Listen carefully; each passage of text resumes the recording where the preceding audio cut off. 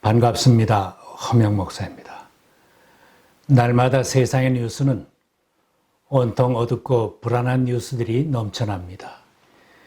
이런 세상에서 내 가정을 온전한 가정으로 세우고 자녀와 가족을 지키며 행복한 가정을 이루는 길은 내 가정에 중재하시는 예수님을 모시는 길뿐입니다. 세상은 온통 우상을 섬기라 하고 악한 것들을 섬기라고 하며 돈이 제일이라고 하고 음란한 것들이 유혹을 하고 있습니다. 마약이나 도박이나 게임이 중독자를 양산해내고 있습니다.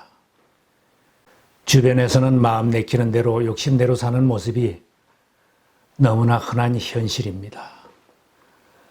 나라가 정치를 잘해서 백성들이 행복하다고 하지 않습니다.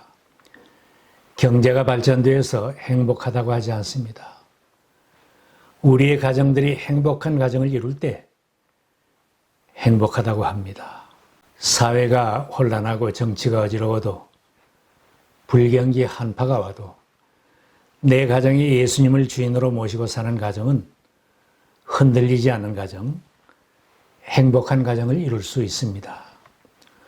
혹 집안에 문제가 있고 치유가 필요한 가정도 예수님을 모시면 화합하고 치유되어 든든히 서게 됩니다.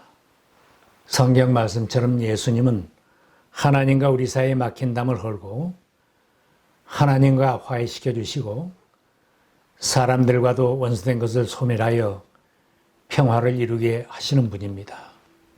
그는 우리의 화평이신지라 둘로 하나를 만드사 원수된 것 곧 중간에 막힌 담을 허시고 또 십자가로 이 둘을 한 몸으로 하나님과 화목하게 하려 하심이라. 원수된 것을 십자가로 소멸하시고 사실 모든 사람들의 공통적인 소망이 있다면 행복한 가정을 이루는 것입니다. 자라나는 어린이들의 마음속에도 장차 행복한 가정을 이룰 꿈이 있고 청년들의 마음속에도 행복한 가정을 이룰 소망이 있습니다. 이미 결혼한 사람도 내 가정 행복한 가정을 이루겠다는 소망이 있습니다. 그러나 우리 주변을 돌아보면 문제의 가정들이 많이 있고 치유가 필요한 가정들이 많아서 불안한 마음도 생겨납니다.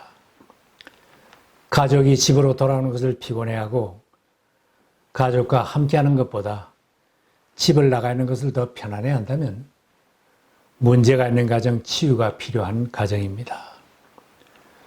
물질만을 줬다가 무너지는 가정이 생겨납니다. 더 많이 벌고 더 큰 집에서 살면 행복할 줄 기대하고 가족을 잊어버릴 정도로 살다가 무너지는 가정들도 생겨납니다. 명예를 추구하다 가정이 무너지고 도덕심이 약해서 작은 충격에도 무너지는 가정들이 생겨납니다. 가족 중에서 집을 뛰쳐나가고 싶다고 하고 성격 차이가 나서 함께 살 수 없다고 한다면 치유가 필요한 가정입니다. 어떤 가정이 행복한 가정이겠습니까? 새벽부터 집을 나가서 학교에서 일터에서 수고한 가족이 집으로 돌아올 기쁨이 있는 가정, 집을 나왔던 가족이 가정으로 돌아와서 가족과 함께 피로와 스트레스를 풀고 기뻐할 수 있는 가정은 행복한 가정입니다. 큰 집보다 큰 사업체보다는 내 가족이 더 중요하고 가정이 더 중요하다고 여기는 가족이 사랑으로 뭉치는 것이 가정입니다. 큰 집에서 많이 소유하고 불안해하며 다투면서 마음 괴롭게 사는 것보다는 작은 집이라도 가족이 사랑하며 사는 것이 행복한 가정입니다. 잠언에 말씀합니다.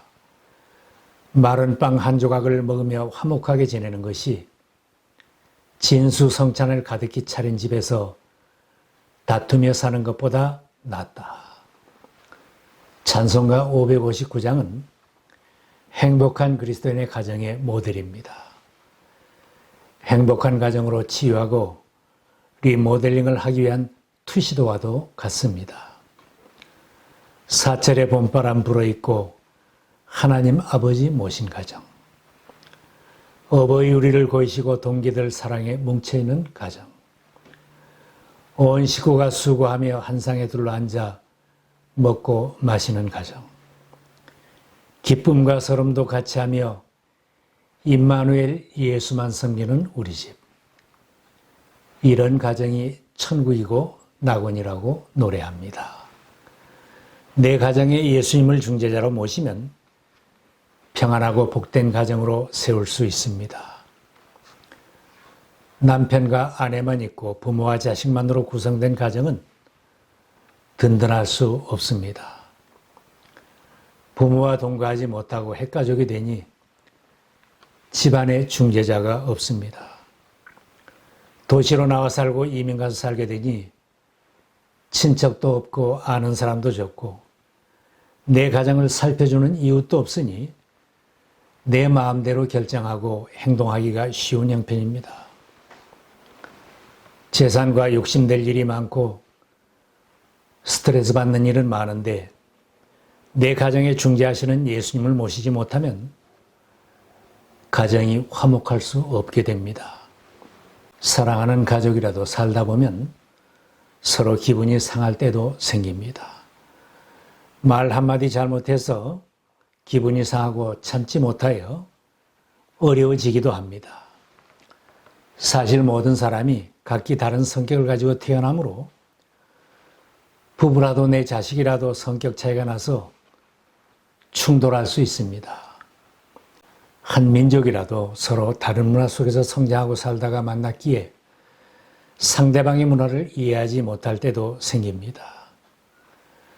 또한 인간관계 훈련이 잘 안 되어서 서로에게 상처를 주고 화해가 잘 안 될 때도 있습니다. 사랑하는 가족 간에도 서로를 이해하고 용납하지 못하면 사랑한다고는 하는데 고슴도치가 안으면 서로를 찌르듯 사랑하는 관계에도 서로에게 고통을 주며 불화하게 됩니다. 이런 때에 화해시키고 중재하는 사람이 없다면 쉽게 집을 나가거나 헤어지는 결과가 속출하게 됩니다. 내 가정에 중재해 주시는 예수님이 빠지면 자식이라도 쉽게 내치는 일이 생깁니다. 내가 왜 저런 자식을 낳았는지 후회스럽다고 하며 자녀에게 큰 상처를 주기도 합니다. 이렇게 되면 가정에 찬바람이 불게 되고 가족이 집을 떠나 멀리 떠나고 싶다고 합니다. 차라리 광야에 나가서 살고 싶다고 할 것입니다. 그러나 하나님 아버지를 모시고 사는 믿음의 가정에는 생기는 문제들이 해소됩니다. 부모와 자녀 사이에도 예수님이 중재자가 되어서 용서하게 하고 화해하게 하고 사랑을 회복하게 하십니다. 문제가 생기고 힘들 때 친구에게나 다른 사람들에게 물어본다면 중재하기보다는 분쟁을 더 심화시키거나 상처를 더 키우기도 쉽습니다. 힘든 일이 생겼을 때 먼저 내 집의 주인으로 모시는 예수님에게 물어보아야 합니다. 예수님, 이런 경우에는 어떻게 할까요? 예수님은 힘들어하는 부부도 하나 되라고 중재해 주십니다. 그러므로 그들은 이제 둘이 아니라 한 몸이다. 하나님이 짝지어 주신 것을 사람이 갈라 놓아서는 안 된다. 설령 부부 사이에 섭섭한 말을 한 것도 예수님께 기도하면 용서하게 되고 화목하게 됩니다. 부부간에 막힌 담을 헐어주시고 끊어지려고 하는 사랑의 띠를 다시 이어주시며 풀어지는 끈을 묶어주십니다. 가정에 근심 걱정거리가 많아서 잠 못 이루는 날에도 주님은 염려하지 말라고 위로해 주십니다. 그러므로 내일 일을 걱정하지 말아라. 내일 걱정은 내일이 맡아서 할 것이다. 한날의 괴로움은 그날에 겪는 것으로 족하다. 너희는 먼저 하나님의 나라와 하나님의 의를 구하여라. 그리하면 이 모든 것을 너희에게 더하여 주실 것이다. 주님을 모시고 하나님 두려워할 줄 아는 남편이 아내를 사랑하고 아껴줄 수 있습니다. 하나님 두려운 줄 아는 아내가 남편에게 순종할 수 있습니다. 아내되니 여러분, 남편에게 하기를 주님께 순종하듯 하십시오. 남편되니 여러분, 아내를 사랑하기를 그리스도께서 교회를 사랑하셔서 교회를 위하여 자신을 내주심같이 하십시오. 부모와 자식 간에도 예수님이 중재하면 평안합니다. 자녀들이 순종하며 하나님 말씀과 기도로 양육받을 수 있습니다. 자녀되니 여러분, 주 안에서 여러분의 부모에게 순종하십시오. 이것이 옳은 일입니다. 내 부모를 공경하라고 하신 계명은 약속이 딸려있는 첫째 계명입니다. 내가 잘되고 땅에서 오래 살 것이다 하신 약속입니다. 또 아버지 되니 여러분, 여러분의 자녀를 노엽게 하지 말고 주님의 훈련과 훈계로 기르십시오. 남편 때문에 아내 때문에 힘든 일이 생기면 예수님 이 일을 중재해 주세요. 먼저 기도하시기 바랍니다. 힘들게 하는 자녀 때문에 속상하다면 마음 상하지 말고 내 자녀를 하나님께 맡기며 하나님께 도움을 구하면 됩니다. 내 집에 하나님 아버지를 모시고 살면 부부싸움이 없어집니다. 자녀들에게 큰 소리 내지 않고 그릇 깨어지는 소리가 나지 않게 됩니다. 사철의 봄바람이 부는 복된 가정을 이루게 됩니다. 혹 믿지 않은 남편, 믿지 않은 아내가 있다면 먼저 믿은 나 자신이 하나님을 모신 신앙으로 사랑으로 가족을 대하면 배우자도 잘 인도할 수 있습니다. 혹 상대방이 계속 찬바람을 불지라도 내 편에서 봄바람을 불게 하면 해빙이 되고 화목해집니다. 상대방이 교회에 출석 안 한다고 마구 대하게 되면 가족 복음화를 이루기 어려워집니다.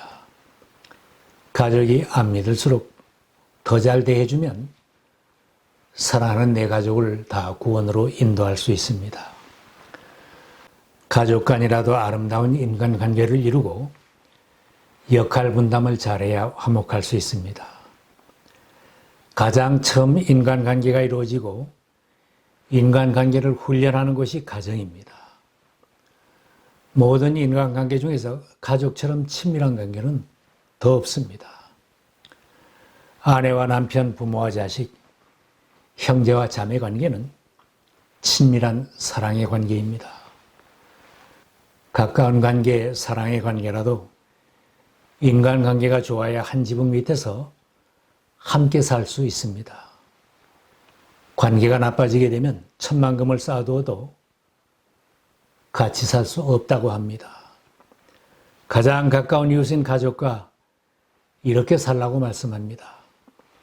그러므로 너희는 하나님이 택하사 거룩하고 사랑 많은 자처럼 긍휼과 자비와 겸손과 온유와 오래 참음을 옷 입고 누가 누구에게 불만이 있거든 서로 용납하여 피차 용서하되 주께서 너희를 용서하신 것 같이 너희도 그리하고 이 모든 것 위에 사랑을 더하라.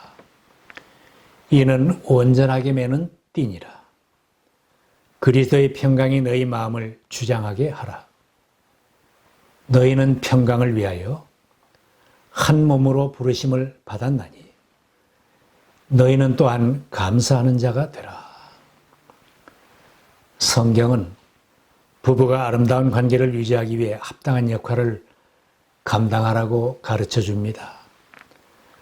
아내가 남편에게 복종하고 순종하는 것은 애정이 깃든 희생을 의미합니다.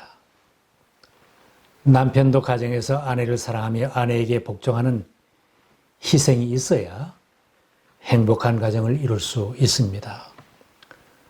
사도 바울이 권면합니다. 여러분은 그리스도를 두려워하는 마음으로 서로 순종하십시오. 베드로는 생명의 은혜를 함께 상속받은 가족을 존중히 여기며 살아서 기도가 막히지 않도록 하라고 말씀합니다. 생명의 은혜를 함께 상속받을 사람으로 알고 존중하십시오. 그리해야 여러분의 기도가 막히지 않을 것입니다.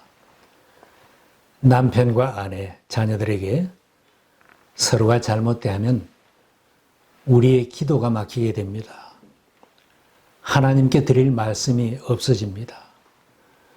5월은 가정의 달입니다. 우리 모두는 건강한 믿음의 가정을 세우고 가정을 지켜나가는 것이 첫째 사명인 줄 알아야 합니다. 가정이 건강해야 교회가 건강하고 이 사회와 나라가 건강해질 수 있습니다. 가정들마다 중재하시는 예수님을 모시고 행복한 가정을 이루어 가시기를 기원합니다.